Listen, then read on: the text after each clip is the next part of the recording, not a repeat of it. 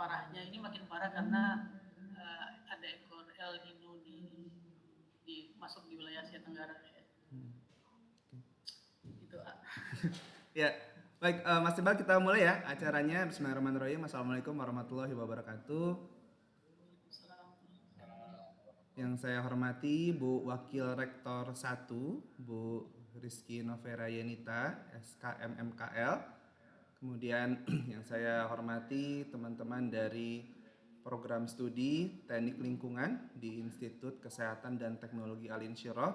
Ada Kaprodinya Pak Yogi Septian Malik. Kemudian ada dosennya Pak EQ Al-Kafi. Kemudian ada Bu Mela Ardelin, ada Bu Revi Lasmita, dan ada Bu Ayu Putri. Ya. Yang saya hormati juga Mas Iqbal Damanik selaku juru kampanye hutan ya, Mas Iqbal ya, di Greenpeace Indonesia. Alhamdulillah sekali Mas Iqbal bersedia meluangkan waktunya untuk bisa sharing dan diskusi dengan kami di program studi teknik lingkungan di IKTA, Institut Kesehatan Teknologi Al-Insyirah.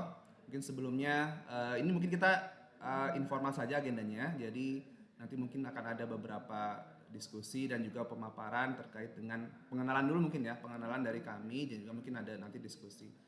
Mungkin kalau boleh kami minta pengantar dari Bu Wakil Rektor 1, Bu Rizky Novera Yenita. Dipersilakan Bu Kiki. Oke, terima kasih Pak Wakil Dekan, Mbak Rino. Assalamualaikum warahmatullahi wabarakatuh. Waalaikumsalam warahmatullahi wabarakatuh. Selamat pagi, salam sehat bagi kita semua. Puji syukur kehadirat Allah masih memberi kita nikmat sehat hingga hari ini. Berkah sekali untuk Al-Insyirah pada pagi hari ini. Tak lupa pula salawat dan salam kita haturkan kepada Nabi besar kita Muhammad SAW. Salam kenal Pak Iqbal Damanik yang kami hormati. Terima kasih luar biasa atas waktunya masih bisa menyempatkan kehadirannya di tengah-tengah kita pada hari ini. Kemudian Pak Wakil Dekan Pak Rino, salam hormat juga kepada teman-teman kita yang ada di Fakultas Teknologi Kesehatan, kemudian tepatnya yang ada di program studi Teknik Lingkungan. Salam dari Bu Rektor, tidak bisa hadir pada hari ini. Terima kasih kepada Pak Iqbal, beliau menyampaikan salam kepada kita semua. Jadi Al-Insyirah ini sudah berubah bentuk Pak Iqbal. Dulunya dikenal dengan nama Stikes Al-Insyirah. Kita berdiri 2009. 2022 Desember, tepatnya SK untuk perubahan bentuk Institut Kesehatan dan Teknologi Al-Insyirah itu sudah berubah bentuk, dan pada tahun 2023 ini alhamdulillah kemarin bulan Agustus kami menerima penambahan 2 program studi Teknik Lingkungan dan Informatika Medis. Jadi IKTA, kita dikenal dengan nama IKTA, ini ada 2 fakultas. Fakultas yang pertama adalah Fakultas Kesehatan dengan 6 program studi. S1 Kesehatan Masyarakat, S1 Keperawatan Profesi Nurse, S1 Kebidanan Profesi Bidan, S1 Kesehatan Masyarakat. Dan untuk di fakultas yang kedua ada Fakultas Teknologi Kesehatan. Kita awalnya 1 program studi itu Sarjana Terapan Elektromedis, dan sekarang sudah nambah lagi 2, Informatika Medis dan juga Teknik Lingkungan. Nah, pada pagi hari ini kami mohon support masukan, kita bisa diskusi, bisa share bareng terkait untuk pengembangan yang ada di program studi Teknik Lingkungan. Seperti apa gambarannya, tentunya nanti akan dipaparkan dulu oleh teman-teman yang ada di program studi Teknologi Lingkungan. Untuk selebihnya kami serahkan kepada Pak Wadek. Terima kasih. Assalamualaikum warahmatullahi wabarakatuh. Waalaikumsalam warahmatullahi wabarakatuh. Ya, terima kasih banyak Bu Rizky Novera Yenita atas pengantarnya. Insya Allah pada kegiatan ini kita bisa mendapatkan hasil yang luar biasa dan maksimal untuk pengembangan program studi teknik lingkungan ke depannya. Baik, mungkin sedikit pengantar dari saya. Jadi di kami itu sebelumnya adalah ada 1 prodi, ada prodi elektromedis, dan dengan pertimbangan dan latar belakang visi membawa perbaikan kesehatan untuk manusia dan masyarakat dengan pendekatan teknologi. Maka dari itu kami mendirikan program studi Informatika Medis dan juga Teknik Lingkungan. Sebagai informasi, di Riau sendiri itu baru ada 1 prodi Teknik Lingkungan, yaitu di UNRI, di Universitas Riau. Dan kami saat ini teknik lingkungan yang kedua di Riau prodinya. Yang saya lihat sebetulnya juga jadi pertanyaan kenapa tidak banyak prodi teknik lingkungan di Riau. Padahal sebetulnya kalau yang saya dengar banyak sekali potensi-potensi perbaikan dan juga ya masalah-masalah gitu ya, masalah-masalah lingkungan yang begitu banyak sekali terjadi di Riau begitu. Tentunya ini menjadi peluang buat kampus kami untuk bisa memberikan kontribusi terhadap perbaikan lingkungan melalui pendekatan teknologi seperti itu. Ya, setelah ini mungkin kami akan minta sedikit paparan dari teman-teman program studi teknik lingkungan terkait dengan pengenalan prodinya dan juga penciri dan juga terkait dengan kurikulum seperti apa yang nanti mau dibawa di prodinya seperti itu. Dipersilakan mungkin kepada teman-teman di teknik lingkungan.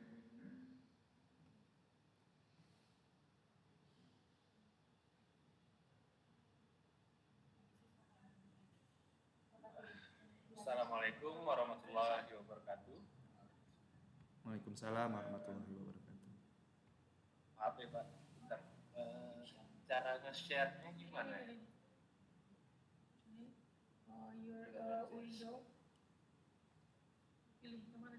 Ada yang gambar kotak pakai panah, Pak? Klik di sini, Iya. Pak.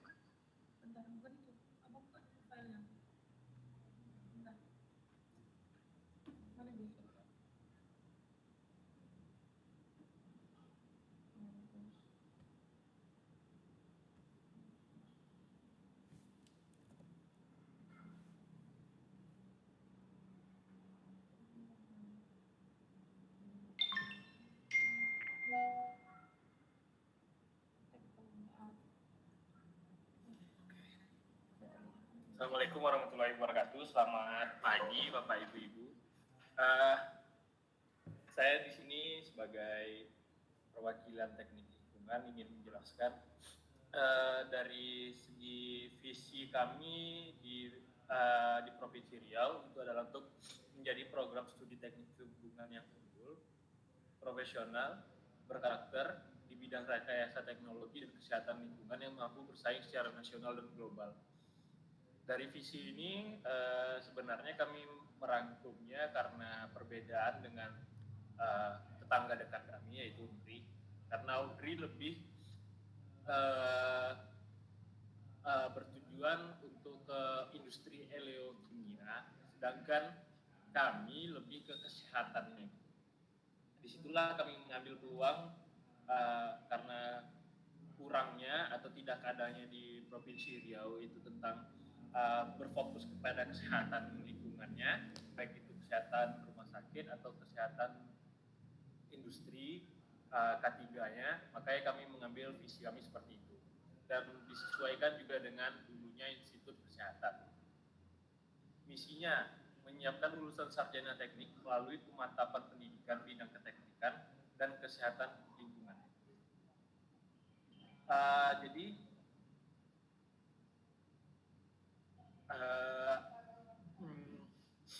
kami menggabungkan keteknikan dan kesehatan lingkungan ya gitu. Karena dari proses pembelajaran atau proses saya belajar, kebanyakan banyaknya anak teknik lingkungan itu tidak masih awam gitu. Kalau bahwanya anak teknik lingkungan bisa masuk ke dalam rumah sakit gitu, dalam pengolahan limbah, pengolahan K3 dan pengolahan lainnya dalam bidang rumah sakitnya. Melaksanakan penelitian pengembangan iptek di bidang rekayasa dan kesehatan lingkungan yang relevan dengan masalah lingkungan dan mampu bersaing secara regional dan nasional. Yang tiga, melaksanakan pengabdian masyarakat melalui pengembangan penelitian, terapan, dan ilmu pengetahuan. Karena yang saya lihat sih di Provinsi Riau khususnya, teknik lingkungan itu sangat diperlukan, apalagi dalam proses penyehatan lingkungan.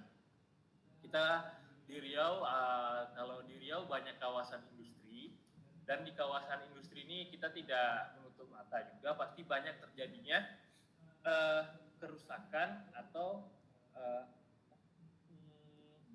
pencemaran lingkungan. Jadi peran kami lah yaitu dalam pengendalian, penyehatan dan perbaikan lingkungannya gitu. kita langsung ke dalam mata kuliahnya saja.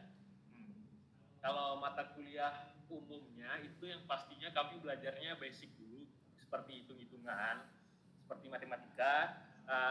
Para mahasiswa itu harus mengerti juga tentang kalkulus atau matematika, bagaimana fisikanya, bagaimana kimianya. Jadi itu udah di awal semester pasti kami ajarin.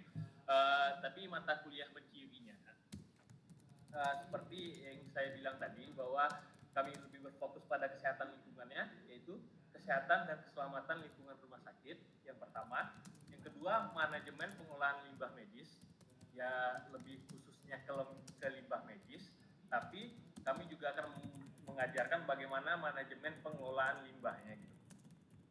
Habis itu teknologi lingkungan tempat guna rumah sakit, dan berikutnya plumbing rumah sakit, toksikologi lingkungan rumah sakit, dan berikutnya pengolahan buangan industri. Selain dari rumah sakit, kami juga mengemasukkan pencirinya karena di Provinsi Riau banyaknya industri. Jadi kami masukkan mata kuliah pengolahan buangan industrinya juga, yang kemudian sanitasi rumah sakit, epidemiologi lingkungan rumah sakit, remediasi lingkungan pesisir, dan penciri audition.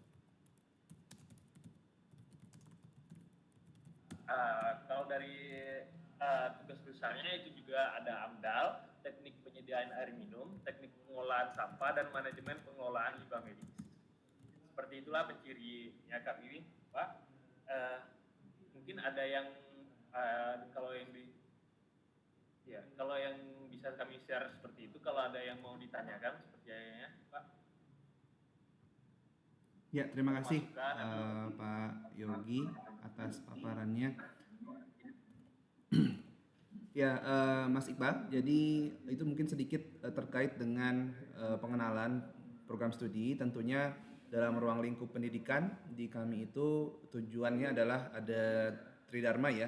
Bagaimana kami bisa menghasilkan lulusan prodi teknik lingkungan yang memang tentunya nanti bisa bermanfaat secara maksimal untuk masyarakat ya dalam hal kesehatan lingkungan. Yang kedua adalah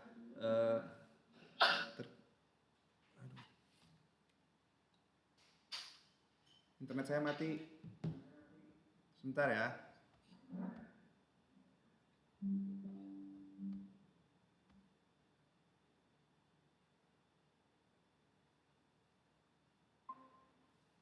Baik, halo? Bisa terdengar? Mohon maaf. Ya, tadi yang kedua adalah terkait dengan penelitian. Harapan kami memang teman-teman dari teknik lingkungan bisa ke depannya berkontribusi dalam menyelesaikan permasalahan-permasalahan lingkungan khususnya di Provinsi Riau, umumnya di Indonesia dan di global ya. Bagaimana nanti topik-topik penelitian yang bisa diangkat memang tepat sasaran dan betul-betul menyelesaikan permasalahan yang ada di masyarakat. Yang ketiga adalah terkait dengan pengabdian masyarakat, di mana tentunya itu harus implementatif. Bagaimana teman-teman dosen dan mahasiswa itu bisa terjun ke lapangan untuk bisa menganalisa dan menghasilkan suatu solusi-solusi yang betul-betul memperbaiki kehidupan masyarakat dan kesehatan masyarakat. Baik, mungkin dari berikutnya adalah dari Mas Iqbal. Tentunya kita sebelumnya sudah pernah banyak diskusi ya Mas Iqbal ya, terkait dengan bagaimana concern terhadap lingkungan di Riau khususnya. Saya juga tahu mungkin Mas Iqbal dulu sering ke Riau untuk proyek-proyek lingkungan ya dari Greenpeace sendiri, dan mungkin kami mohon masukan ataupun sedikit pandangan dari Mas Iqbal terkait dengan permasalahan lingkungan yang khusus di Provinsi Riau, seperti itu Mas Iqbal. Terima kasih Mas Rino dan Bapak Ibu dosen dan sivitas akademika di IPTA. Terima kasih sudah mengajak kami berdiskusi gitu ya untuk pengembangan teknik lingkungan khususnya di IPTA. teknik lingkungan sebenarnya jadi sebelumnya saya disclaimer dulu ya. Saya latar belakangnya ilmu sosial, jadi mungkin nanti akan lebih banyak jadi humaniora gitu ya, jadi akan lebih banyak dari sudut pandang itu. Nah, teknik lingkungan belakangan ini memang jadi satu jurusan gitu ya yang banyak sekali diminati dan diperbincangkan sama para mahasiswa, termasuk mahasiswa baru gitu. Bahkan karena Greenpeace itu punya volunteer ya, kita punya banyak volunteer gitu. Saya nggak tahu apa karena mereka bergabung di Greenpeace sejak awal gitu ya, kayaknya hampir setengah dari mereka yang darinya SMA gitu mau ngambilnya isu teknik lingkungan gitu, dan beberapa saat ini ada yang lulus di UNI, di USU gitu, dan di beberapa wilayah lain. Nah, kalau dan teknik lingkungan sebenarnya tidak baru-baru banget ya, tapi memang di beberapa kampus bahkan kayak USU, Medan itu teknik lingkungannya baru 6 lulusan kalau tidak salah, jadi belum setua teknik-teknik lain gitu ya, kayak teknik mesin dan sebagainya.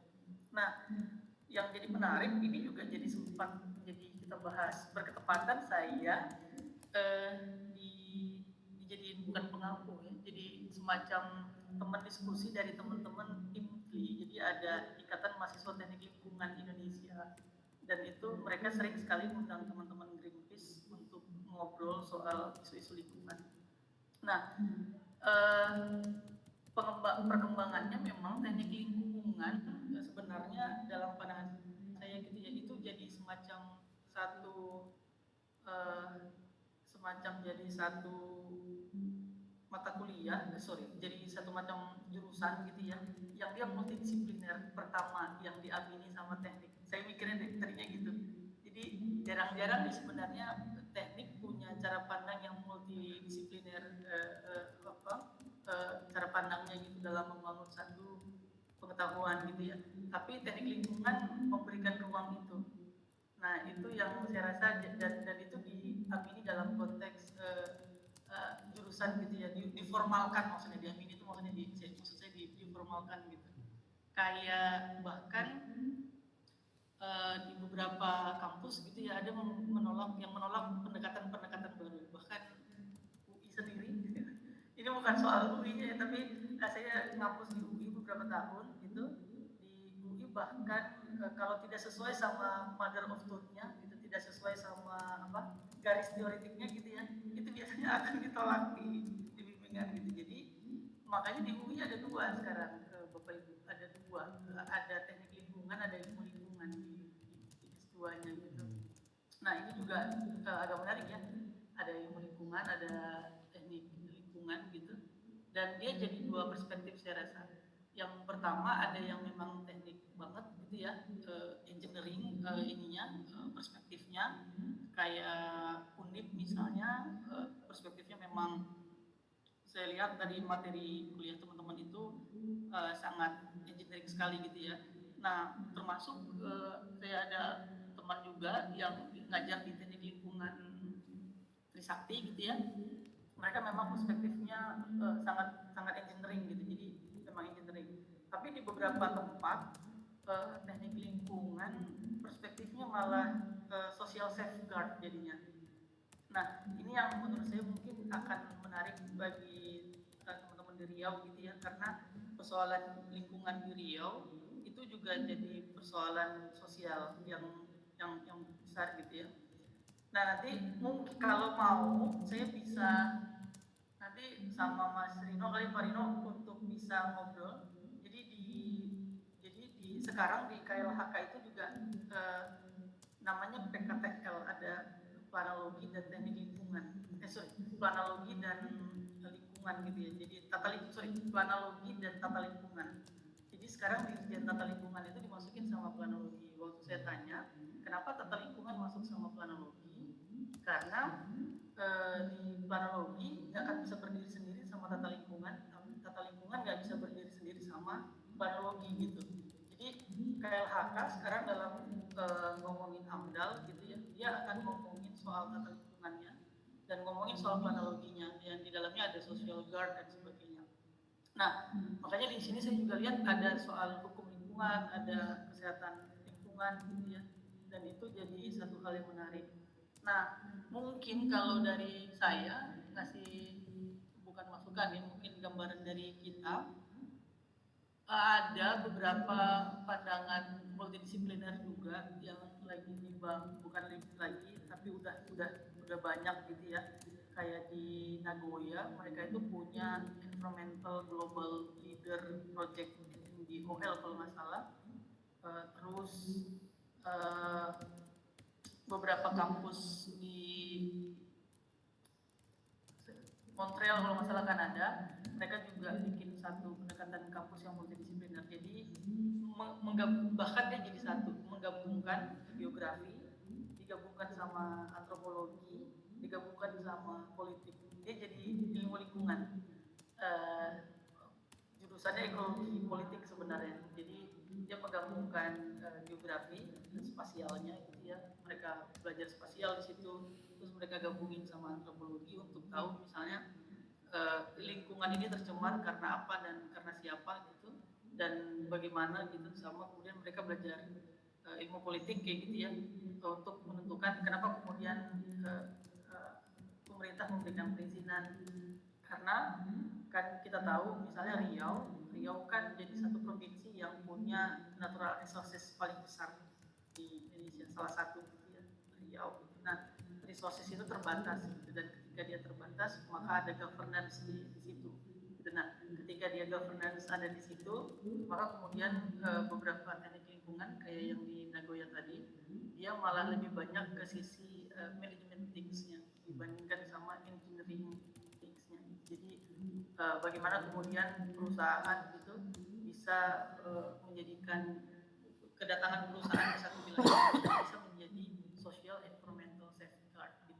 Itu juga yang lagi dibangun sama Bapak Ibu di KLHK kalau ini ya. Nanti saya bisa ajak kali ya, nanti saya ajak Pak Sasmita bisa ngobrol sama teman-teman di sini gitu ya. Beliau fungsional sih di tapi cukup senior di planologi dan asik untuk diajak diskusi.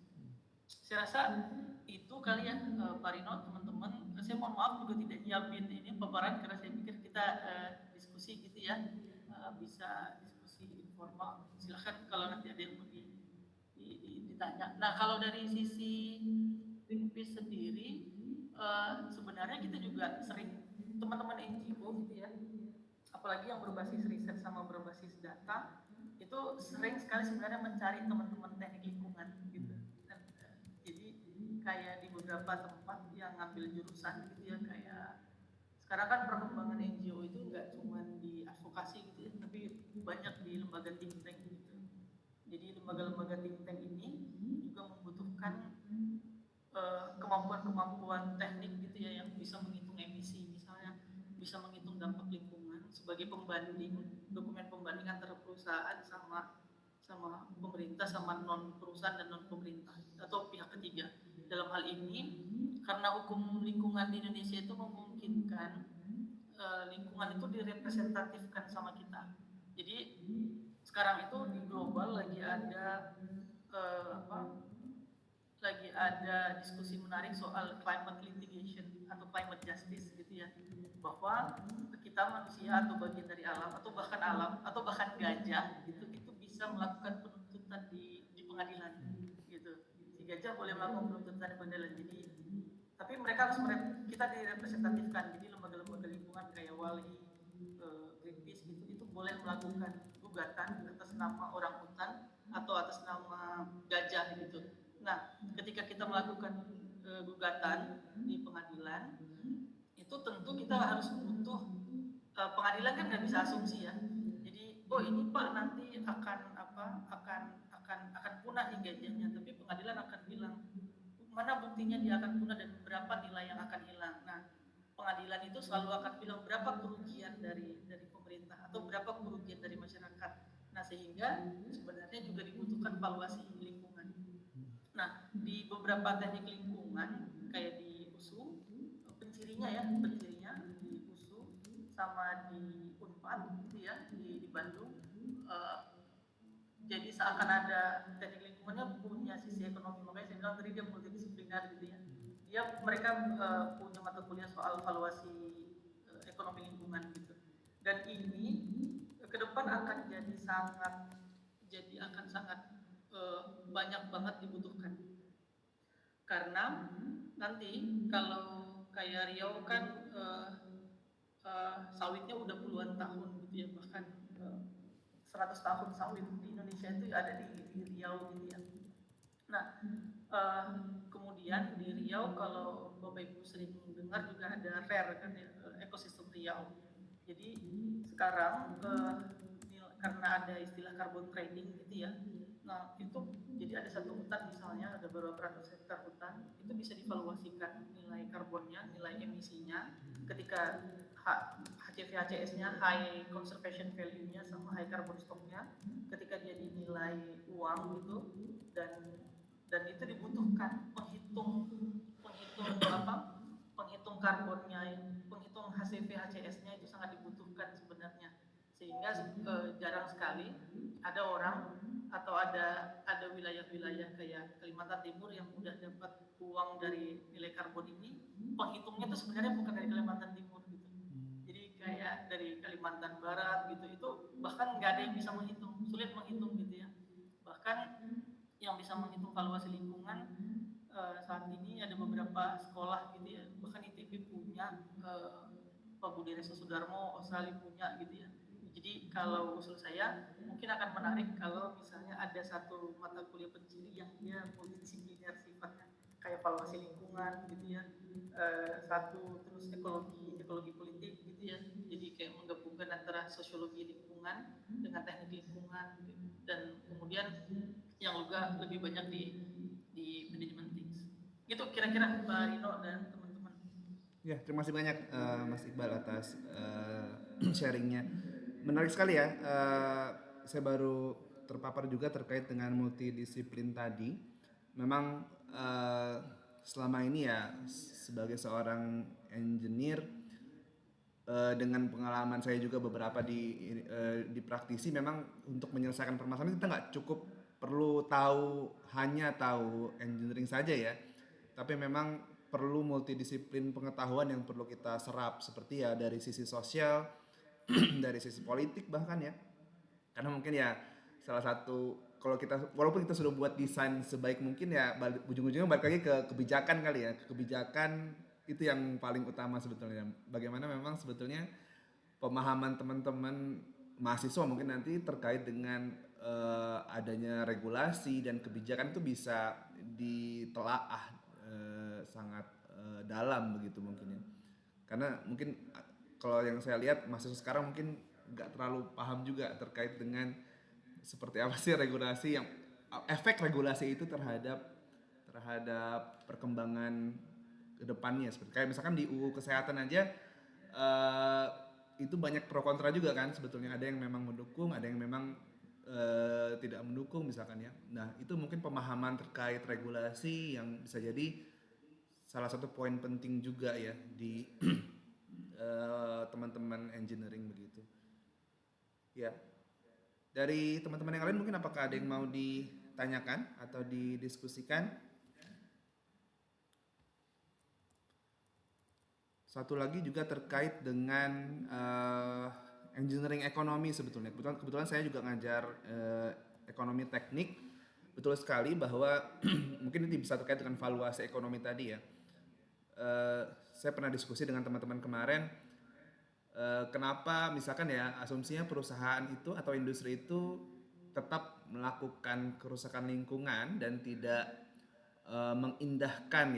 tidak mengindahkan rekomendasi dari akademisi misalkan ya karena memang kan ujung-ujungnya berbasis profit kan ya Mas Iqbal ya. Nah sebetulnya kan kalau misalkan teman-teman bisa membuktikan secara jangka panjang kalau misalkan industri itu mengikuti rekomendasi kita, harusnya dia punya profit juga lah, intinya seperti itu kan. Mungkin tidak menunggu profitnya seperti itu. Kalau dia malah merusak lingkungan, sebetulnya ada efek dari sisi keuntungan yang bisa dia dapatkan begitu. Itu mungkin hal yang menarik yang saya pernah tanya dengan teman-teman sih sebetulnya. Gitu. Dari teman-teman yang lain apakah ada yang mau disampaikan? Mungkin sedikit Pak. Ya. Kalau dalam proses perhitungannya itu mungkin memang bisa dihitung sih. Tapi mungkin kami masukkan tadi agak ya dari saya kami nyusun kurikulum atau mata kuliah mungkin agak terlupa tentang ekonomi ya kan. Tapi dalam proses pembelajarannya nanti kami akan ada mengajarkan daya tampung dan daya dukung lingkungan. Itu kan dihitung juga itu. Berapa daya tampung dan daya dukung, berapa nanti kerusakan yang akan ditimbulkan. Tapi kalau proses manajemennya yaitu mungkin masukan yang sangat berharga. Itu juga jadi insight baru lah buat kami. Terima kasih Pak. Ya. Nyambung Pak Rino, Ya, Pak Kaprodi. Sekarang tuh ada satu dokumen gitu ya, karena tadi nyinggung daya dukung daya tampung gitu. Ada satu, kalau mau ini bisa ya jadi salah satu gitu ya untuk menilai kualitas lingkungan di satu wilayah gitu. Nah, yang dikembangkan sama KLHK sekarang itu ada khusus untuk wilayah kayak hutan ya. Ada Volunetzing namanya, di Volunetzing itu ada dua jadi daya tampung daya dukung DDTT itu bagian dari salah satu IBCF namanya. Jadi dia menggabungkan keseluruhannya sekarang. Jadi dia dibangun satu indeks gitu ya, dan pendekatannya spasial. Saya nanti bisa share dokumennya ke Pak Rino ya. IBCF jadi ada dua. Jadi sekarang KLHK bikin IPL namanya indeks prioritas perlindungan lokasi, gitu ya, indeks prioritas lokasi untuk perlindungan. Lalu kemudian mereka bikin daya dukung daya tampung tapi ditambah HCV HCS sekarang. Jadi kayak koridor satwa dan lain sebagainya, mereka gitu. Jadi mungkin menarik ya untuk juga memberikan mahasiswa satu perspektif baru yang udah berubah juga di KLHK gitu. Jadi mereka menambahkan ada banyak instrumen indikator gitu dalam penilaian lingkungan, termasuk daya dukung daya tampung. Itu Pak. Ya. Oke, ini juga ada satu isu yang menarik sebetulnya.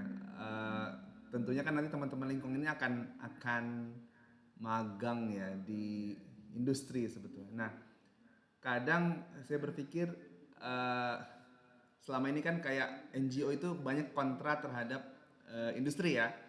Nah, ada sedikit dilematis ketika nanti teman-teman itu akan turun ke industri, di mana mungkin dia akan mengalami sendiri sistem di dalam itu memang tidak sesuai dengan harapannya terkait dengan environmental ethics seperti itu ya, terkait dengan prinsip-prinsip yang nggak tahu ya apakah mungkin teman-teman yang lingkungan nanti sebenarnya nggak seperti itu juga, tapi saya rasa ketika dia terjun ke lapangan dia akan merasakan dilematis. Saya kerja di perusahaan ini, tapi perusahaan ini melakukan hal lingkungan yang tidak baik gitu ya. Nah itu mungkin terkait dengan prinsip-prinsip etik ataupun landasan-landasan dasar kali ya terkait dengan etika lingkungan yang harus teman-teman miliki ini seperti apa sih Mas Iqbal kira-kira? Ini jadi menarik ya. Ini sama kayak gimana nih ngomongin climate change tapi masih sekali pakai misalnya gitu ya. Lebih sering gitu juga gitu ya. Nah tapi untuk ethics ini sebenarnya sekarang ini lagi-lagi nih. Jadi sebenarnya tuh sekarang ada indikator ESG kan, environmental social guidance. Jadi ESG ini itu bahkan kalau Bapak Ibu pernah dengar Elon Musk batal datang ke Indonesia, itu karena Indonesia nggak ada punya pertambangan atau industri yang dia gold sertifikasinya. Jadi sekarang kalau Indonesia punya SDGs gitu ya, global punya sertifikasi ESG namanya. Jadi si perusahaan dia harus patuh terhadap environmental social governance gitu. Dan sertifikasi ini, lagi-lagi nanti saya kasih link gitu ya ke soal ESG ini. Dia ada gold, ada semacam propernya KLHK gitu, ada gold gitu. Jadi Saya rasa sebenarnya kayak beberapa perusahaan-perusahaan gitu ya, kalau dia tidak comply terhadap indikator ESG-nya, dia tidak akan bisa menembus pasar premium. Dalam hal ini customer goods-nya kayak dia nggak akan bisa tembus Eropa. Gitu. Kayak beberapa sawit-sawit di Riau, kenapa kemudian itu tidak memungkinkan untuk tidak masuk ke pasar premium dengan harga yang lebih besar CPO-nya, karena EUDR sekarang itu Eropa bilang bahwa kalau seandainya perusahaan ini melakukan deforestasi di atas tahun 2020, kami tidak akan menerima sawit dari perusahaan itu. Jadi sekarang ada semacam customer bans yang dihitung dari ESG gitu. Nah, sebenarnya kalau seandainya perusahaan comply etik saja dengan ESG ini sudah pas gitu. Jadi fungsi dari teman-teman lingkungan gitu ya, tentu di dunia kerja akan ditemukan semacam teori bilang begini, kenyataan bilang begini gitu ya. Maka kemudian itulah fungsinya kampus gitu ya, untuk menemukan dasin sama dasolinnya, bahwa ada yang tidak pas ternyata dalam kehidupan gitu, sehingga itu perlu diriset misalnya kenapa kemudian perusahaan tidak mau comply ESG padahal dia bisa dapat dapat harga yang lebih premium. Contoh misalnya INKP, Indah Kiat tadi, Indah Kiat kan INKP ya, Indah Kiat gitu. Indah Kiat tentu mereka butuh sustainability di wilayah Indah Kiat. Bahkan Riau itu ditopang sama 2 perusahaan perakitannya, RAPP sama APP gitu ya. Raja Wali Group sama Asia Pulp and Paper Group gitu ya, Indah Kiat Group, Sinarmas Group maksud saya. Nah, dan ini mereka punya sawit, mereka punya HTI, mereka punya mill gitu ya, mereka punya pulp and paper gitu, mereka punya, artinya Riau sangat bergantung sama 2 perusahaan ini. Ada riset terbaru dari LPM, bukan terbaru, tahun lalu dari LPM UI gitu ya. Risetnya menyebut bahwa kalau seandainya INKP sama RGE salah satunya tidak ada di Riau tuh nggak jadi apa-apa atau bahkan tidak akan bisa bertahan ekonominya. Jadi tumpuan ekonomi Riau itu secara provinsi itu cuma 2 ini gitu, sehingga mereka juga harus berkelanjutan gitu kan ya. Mereka harus berkelanjutan. Nah, salah satu bagaimana dia berkelanjutan dihitung pakai ESG tadi, environmental social governance gitu. Jadi itu salah satu indikator agar kemudian mereka bisa comply. Nah, terlepas dari itu sebenarnya Indah Kiat juga pernah komitmen, termasuk bareng Greenpeace gitu ya, tahun 2010 ini sering jadi isu juga di Greenpeace. Mereka berkomitmen untuk zero deforestation, Indah Kiat, lalu mereka juga komitmen untuk tidak membuka hutan baru. Jadi di dalam konsesinya Sinarmas, di dalam konsesinya April gitu, itu masih banyak sebenarnya hutan-hutan natural resources lah ya, tapi di dalam konsesi gitu. Dan kita off the record ya, kira-kira begini, lebih baik hutan-hutan tersisa ini diberikan sama KLHK dan sama perusahaan gitu. Itu sering diskusi kayak gitu. Itu kalau sama KLHK mungkin kemudian deforestasi, tapi karena perusahaan punya komitmen anti deforestation gitu ya, lebih baik sama perusahaan gitu. Nah, kadang kita juga mikir kayak gitu tuh di Greenpeace. Ya udahlah, lebih baik sama perusahaan aja lah dalam konsesi, karena konsesi punya komitmen anti deforestasi gitu. Kalau KLHK sendiri, pemerintah Indonesia komitmennya bukan zero deforestation, tapi menurunkan angka deforestasi gitu. Jadi bukan stop deforestasi. Jadi kadang malah etiknya ada lebih ada di perusahaan gitu, tanda kutip ya, bukan menyalahkan KLHK. Tapi kira-kira begitulah dinamika kenyataannya gitu. Ternyata kita melihat bahwa kadang kita melihat lebih baik remaining forest atau hutan tersisanya lebih baik di dalam konsesi ketika dia di luar konsesi. Karena apa? Karena di dalam aturan pemerintah hutan lindung masih mungkin dideforestasi di Indonesia. Kalau di dalam konsesi hutan lindung atau restorasi ekosistem tidak mungkin di deforestasi sama perusahaan. Kenapa? Ketika perusahaan ketahuan melakukan deforestasi, dia akan di-ban di pasar internasional. Jadi itu jadi semacam semacam guideline gitu ya. Apalagi kayak Indah Kiat gitu ya. Tapi kita lebih reform di sektor ini memang di sektor hutan tanaman industri gitu ya dari sisi lingkungan. Karena udah ada sertifikasi sekarang FSC gitu ya. Ada SPLK di situ. Ada beberapa sertifikasi untuk masuk ke pasar internasional. Gitu. Jadi kalau semacam kenapa kemudian teknik lingkungan menjadi peran penting gitu ya? Karena diharapkan teman-teman lulusan dari teknik lingkungan tidak hanya berpikir tentang profit, misalnya kayak bukan menginikan teknik lain kita atau jurusan lain gitu ya. Kimia dia akan berpikir tentang bagaimana mengolah pulp and paper jadi kertas gitu ya. Secara teknik mesin misalnya dia akan berpikir tentang bagaimana kemudian secara kertas itu bisa sampai ke tangan kita gitu. Tapi teknik lingkungan punya perspektif multidisipliner tadi gitu bahwa bagaimana kertas ini juga bisa berkelanjutan gitu sampai ke anak cucu katakanlah begitu, atau dia bisa jadi trickle down efek bagi pengungkit ekonomi atau livelihood di sekitar gitu. Ini yang makanya kita dorong untuk KMHK kembangkan yang tadi saya bilang di awal soal social environmental safeguard tadi, bahwa industri tidak hanya berpikir tentang industrinya tapi juga berpikir tentang manajemen gitu ya di sekitar pabrik atau di sekitar wilayah industri untuk bisa dia jadi satu keseimbangan. Dan saya melihatnya itu ada di teknik lingkungan sebenarnya. Jadi kalau ekonomi gitu ya, anak-anak teman-teman di ekonomi, karena saya dulu pernah belajar ekonomi juga, dia tidak akan berpikir soal yang penting perusahaan untung gitu ya, tapi externality tidak akan pernah dimasukin tuh di dalam cost and benefit analysis. Karena eksternalitasnya kan di luar perusahaan. Itu urusan pemerintah misalnya untuk mengentaskan kemiskinan gitu. Atau anak teman-teman politik tidak akan berpikir gitu ya, teman-teman geografi tidak akan berpikir gitu bagaimana kemudian konsesi atau batas masyarakat adat ada di wilayah mana gitu. Nggak akan berpikir itu gitu.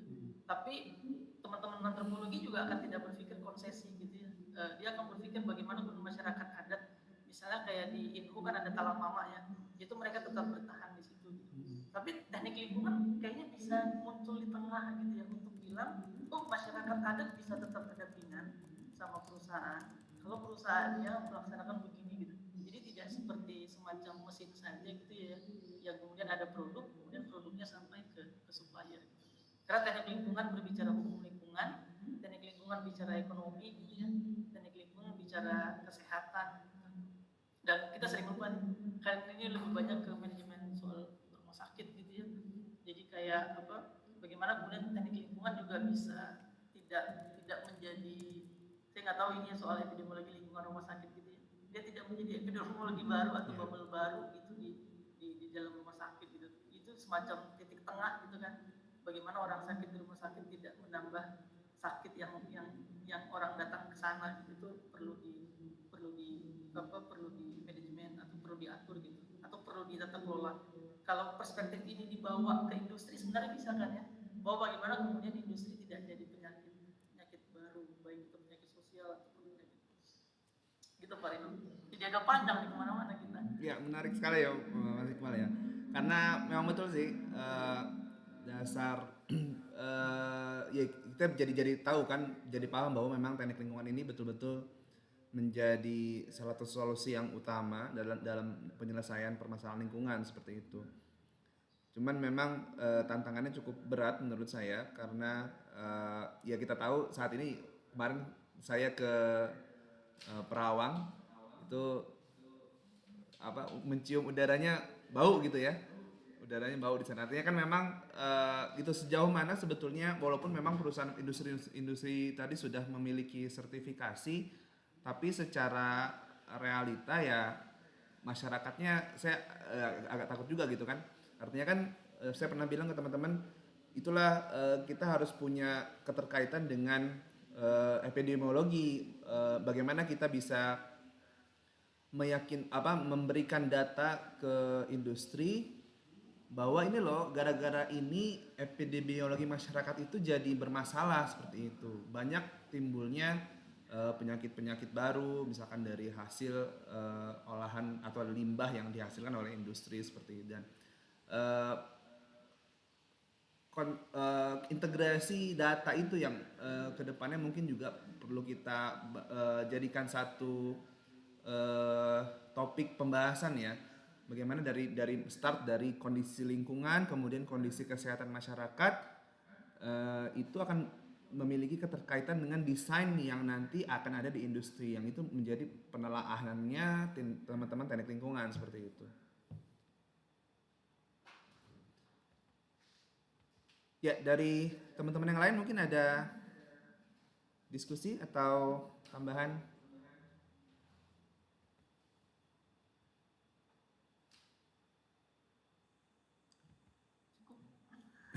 Sebenarnya Tambahan silakan. kalau saya masih banyak nih yang Iya. mau dibahas nih. Masih Ya, nih. saya taruh di chat ya beberapa link yang bisa dilihat Iya. kayak ESG Siap. gitu-gitu. Ada juga sekarang tuh ada responsible mining index gitu. Jadi kayak bagaimana kemudian mining punya apa, indeks tanggung jawab pertambangan begitu. Itu juga jadi semacam batu ukur gitu ya, batu uji apakah perusahaan itu sustain atau enggak. Iya. Kalau menurut Mas Iqbal sendiri, sebaiknya kami ini bagusnya lebih dekat ke NGO atau ke industri ya? Karena sebetulnya kalau masalah ini lagi-lagi ya, masalah ketenaga kerjaan, orang pasti ujung-ujungnya cari peluang kerja dan yang uang yang besar kan. Industri. Dan mereka tentunya boleh di industri. Tapi kadang ya itu kita harus berdiri di tengah kan. Bagaimana kita menyerap aspirasi dari NGO, kemudian ya kita bisa memberikan solusi juga untuk industri, bahwa teman-teman industri ya harus mengikuti rekomendasi dari ya menjadikan referensi lah, rekomendasi dari kami untuk bisa mengubah desainnya agar lebih sehat lingkungan seperti itu.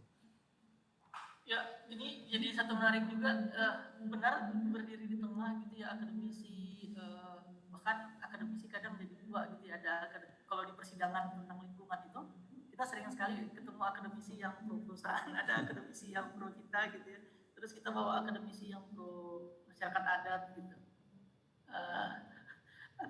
Kadang ada di dua itu gitu ya, dan dua-duanya punya argumentasi gitu.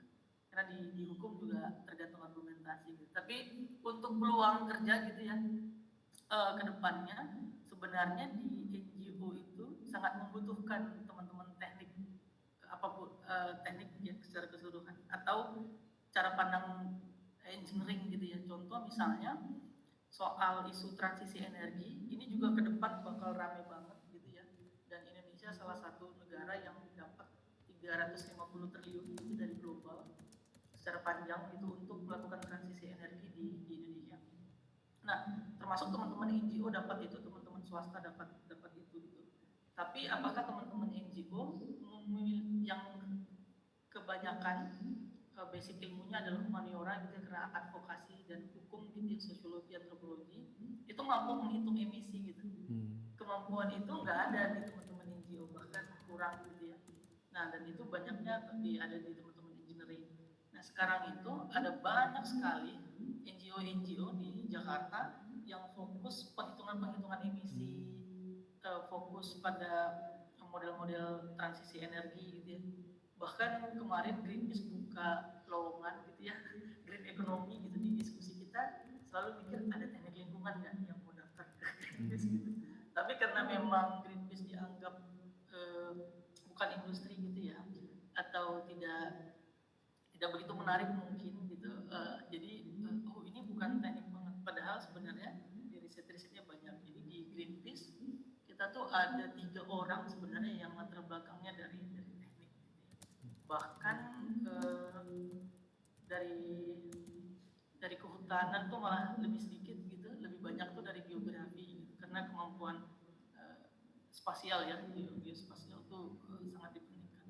Nah, saya juga mau ngusulin kalau seandainya ada kemampuan GIS gitu ya, mungkin bukan jadi mata kuliah gitu, jadi kayak semacam training gitu ya, untuk ngasih pengetahuan GIS untuk menggunakan tools saja.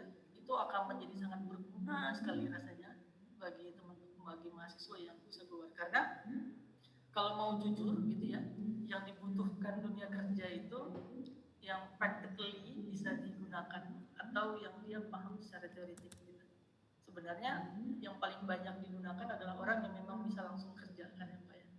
Jadi kayak dia bisa GIS ya, bisa metodologi CCM nggak untuk valuasi lingkungan, bisa gitu. Jadi yang biasanya, karena saya sering beberapa kali mewawancarai gitu, saya akan tanya misalnya pertama skripsinya, terus saya tanya menghitung emisinya pakai apa gitu.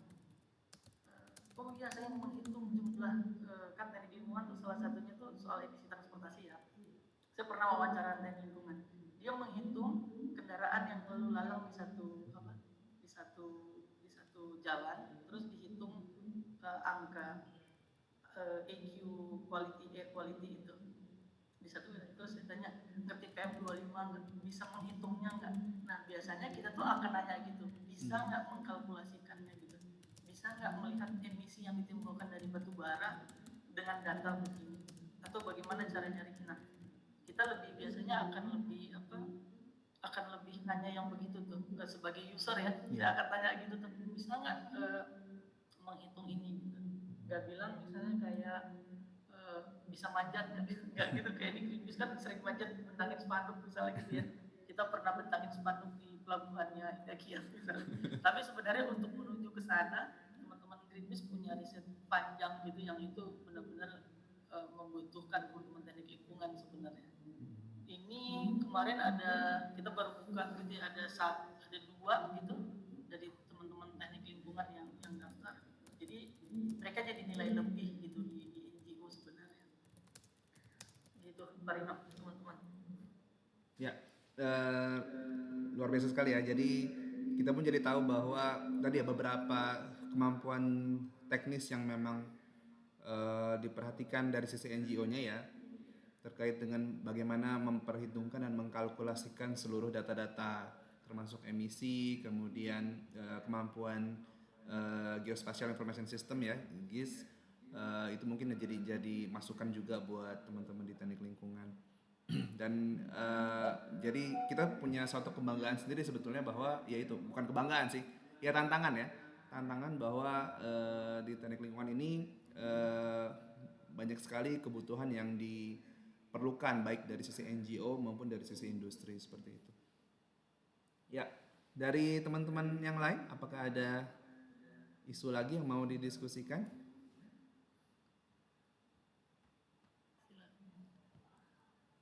Biasa kalau kita kerjasama gitu dengan Greenpeace bisa ya Mas Iqbal? Ada peluang nggak ya?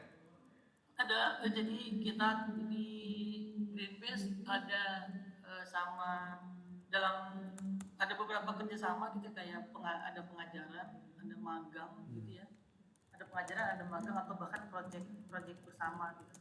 Kalau sama UGM, teman-teman Climate and Energy, mereka ngisi satu materi soal perubahan iklim di teknik juga saya, tapi ada satu mata kuliah soal mata kuliah perubahan iklim. Saya sendiri di ULM Lampung Mangkurat Kalimantan Selatan itu kita kerjasama MOU juga dengan teman-teman itu ngembangin sosiologi ekonomi lingkungan. Jadi ada ada mata kuliah sosiologi, terus ada mata kuliah peminatan namanya sosiologi lingkungan.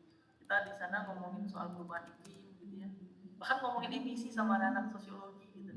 Jadi kadang berat juga karena saya harus menjelaskan emisi adalah gitu ya, terus menjelaskan CO2 dan yang lain-lain itu agak sulit gitu. Jadi di kita tuh ada tim memang, jadi untuk yang spasialnya ada tim yang ngajar untuk spasial satu pertemuan, terus ada khusus yang mengajarkan soal emisi yang dari teknik lingkungan, terus ekologi ada saya yang ngomongin. Jadi anak sosiologi, bahkan kita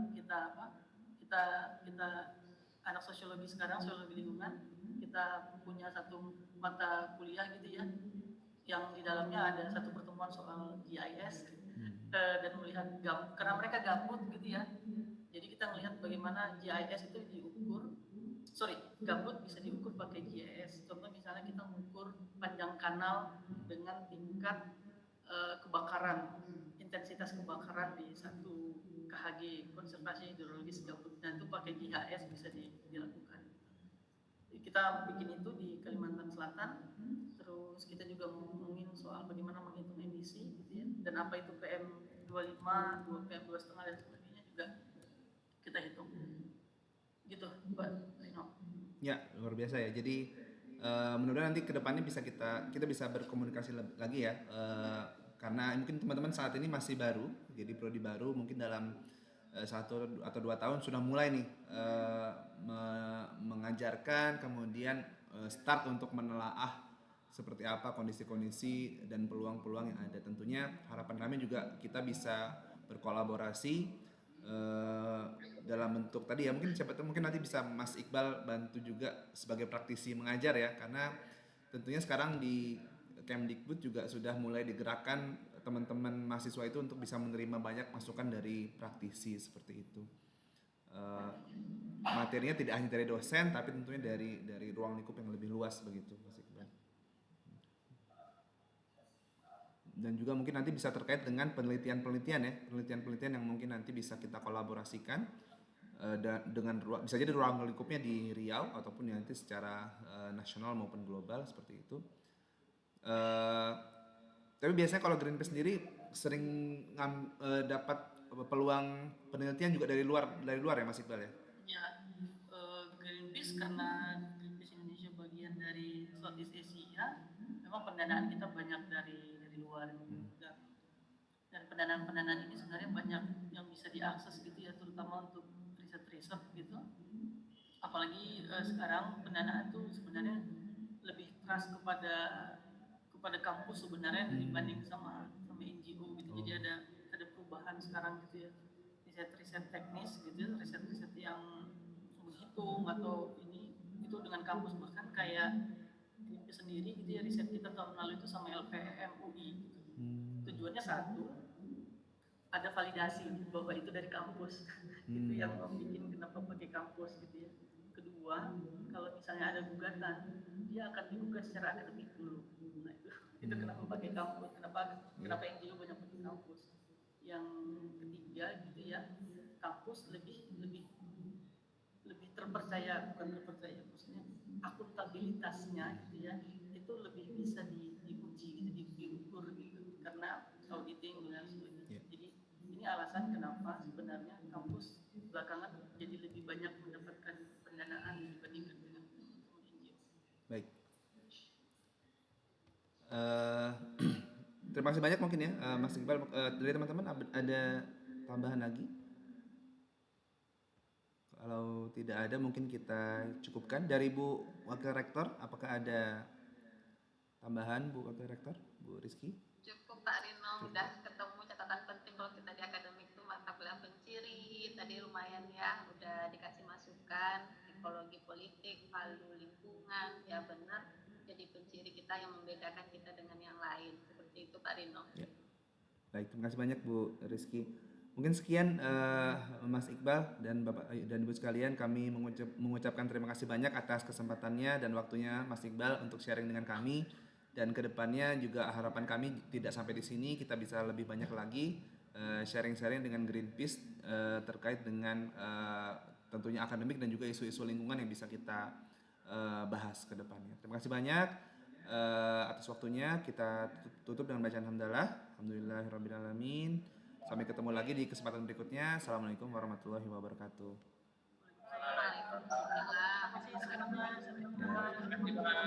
Semuanya.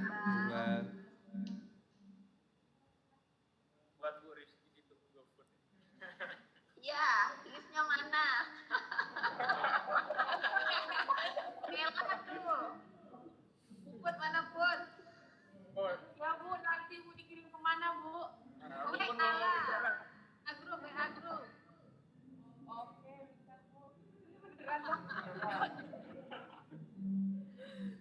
Izin Pak Rino kalau masih boleh stay di sini. Pak Yogi tadi mana Pak Yogi? Jadi luar biasa ya ilmu yang di-share oleh dari Greenpeace tadi. Jadi Jadi membedakan kita kan kalau sebenarnya batasan Kesling, ilmu lingkungan, teknik lingkungan itu memang ada batas gitu ya. Cuman kalau dia sudah terintegrasi jadinya multidisiplin gitu ya Pak Rino ya.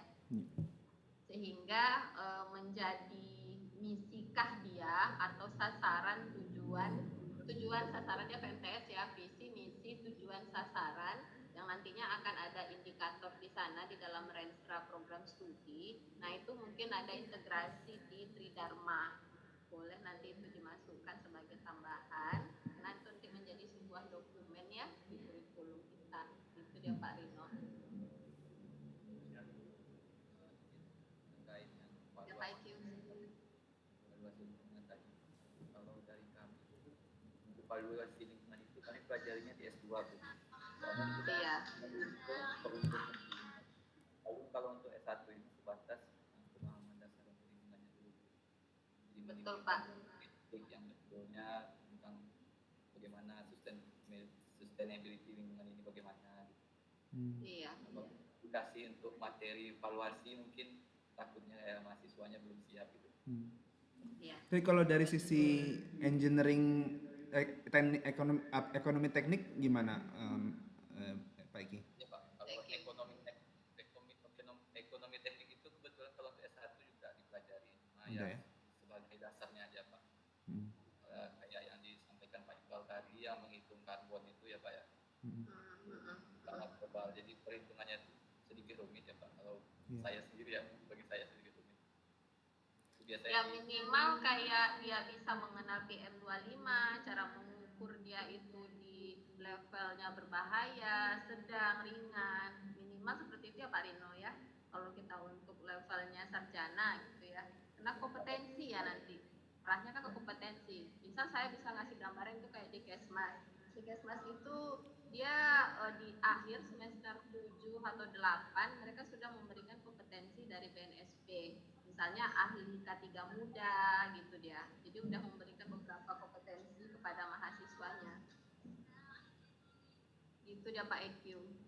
Ya, saya izin Bu, mungkin yang seperti yang dibilang tadi yang Bapak Iqbal, kalau yang sekarang tuh yang lebih banyak dibutuhkan sih soft skillnya yang GIS itu Bu. Tapi GIS itu kan di luar mata kuliah nanti kita berikan, kita Ya, ambil pengajarnya itu lebih ke pelatihan. ya benar. Jadi bentuknya boleh pelatihan. Ya kalau di perawat itu EKG, BTCLS, benar Pak, untuk mendapatkan kompetensi bagi mahasiswa kita sehingga mereka pada saat lulus nggak hanya mendapatkan ilmu secara teori saja, namun di saat soft skillnya dalam bentuk pelatihan semasa dia studi di kita itu ada gitu dia Pak. Ya, seperti itu. Ya, sedikit nyambung. Tadi sebenarnya kalau di ekonomi teknik ya, kalau saya boleh ngajar di TREM, tentunya konsep dari ekonomi teknik sendiri kita bisa mengkalkulasikan seluruh biaya yang terlibat dalam satu proses.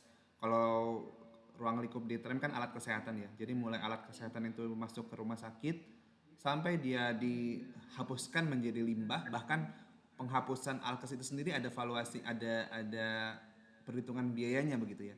Mungkin nah itu konsep dasar dari ekonomi teknik. Mungkin nanti kita bisa bahas juga ya kalau di, tapi mata kuliahnya ada ya ekonomi teknik ya di teknik lingkungan ada ya. Nah, itu mungkin bisa kita diskusikan juga seperti apa ruang lingkupnya karena memang tadi sebenarnya lulusan tekling diharapkan ya bisa paham dari sisi etiknya, dari sisi sosialnya. Memang dia kuat di engineering tapi dia bisa melingkupi bidang lain di luar keteknikannya seperti ya sosial, hukum, politik bahkan ya. Ini yang menarik sebenarnya kalau politik. Saya sering bahas politik juga sih di teman-teman TREM. Tapi kadang mereka pikirannya nggak nyampe ke sana. Tapi juga iya.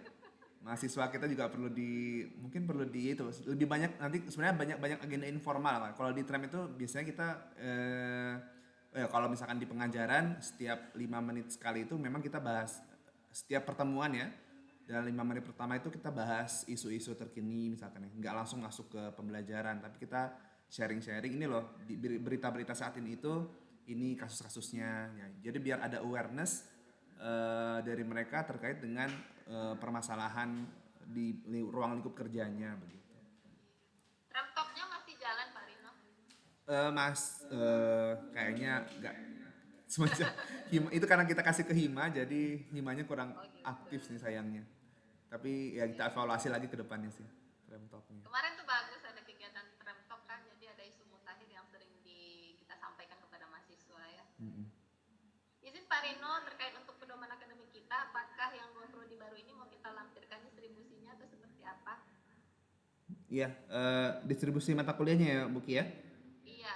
Nah, terkait dengan distribusi itu sebetulnya sebenarnya kami belum meramu terkait dengan mata kuliah fakultas, Buki.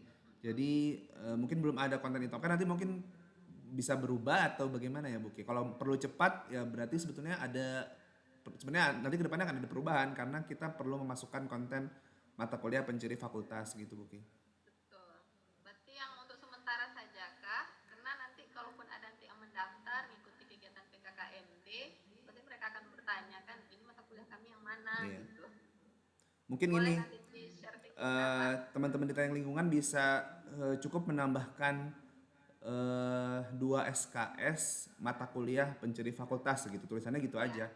Boleh, boleh. Nah, untuk sementara tidak dibunyikan aja dulu mata kuliahnya, tapi Iya. penciri aja. Nah. Mm-mm. Kami tunggu ya Pak Rino. Iya, baik Buki. Siap, makasih Pak Rino. Sama-sama Buki.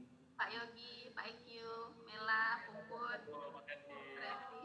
Terima kasih banyak semua. Saya tutup meet-nya ya. Assalamualaikum Iya, siap. warahmatullahi wabarakatuh. Waalaikumsalam.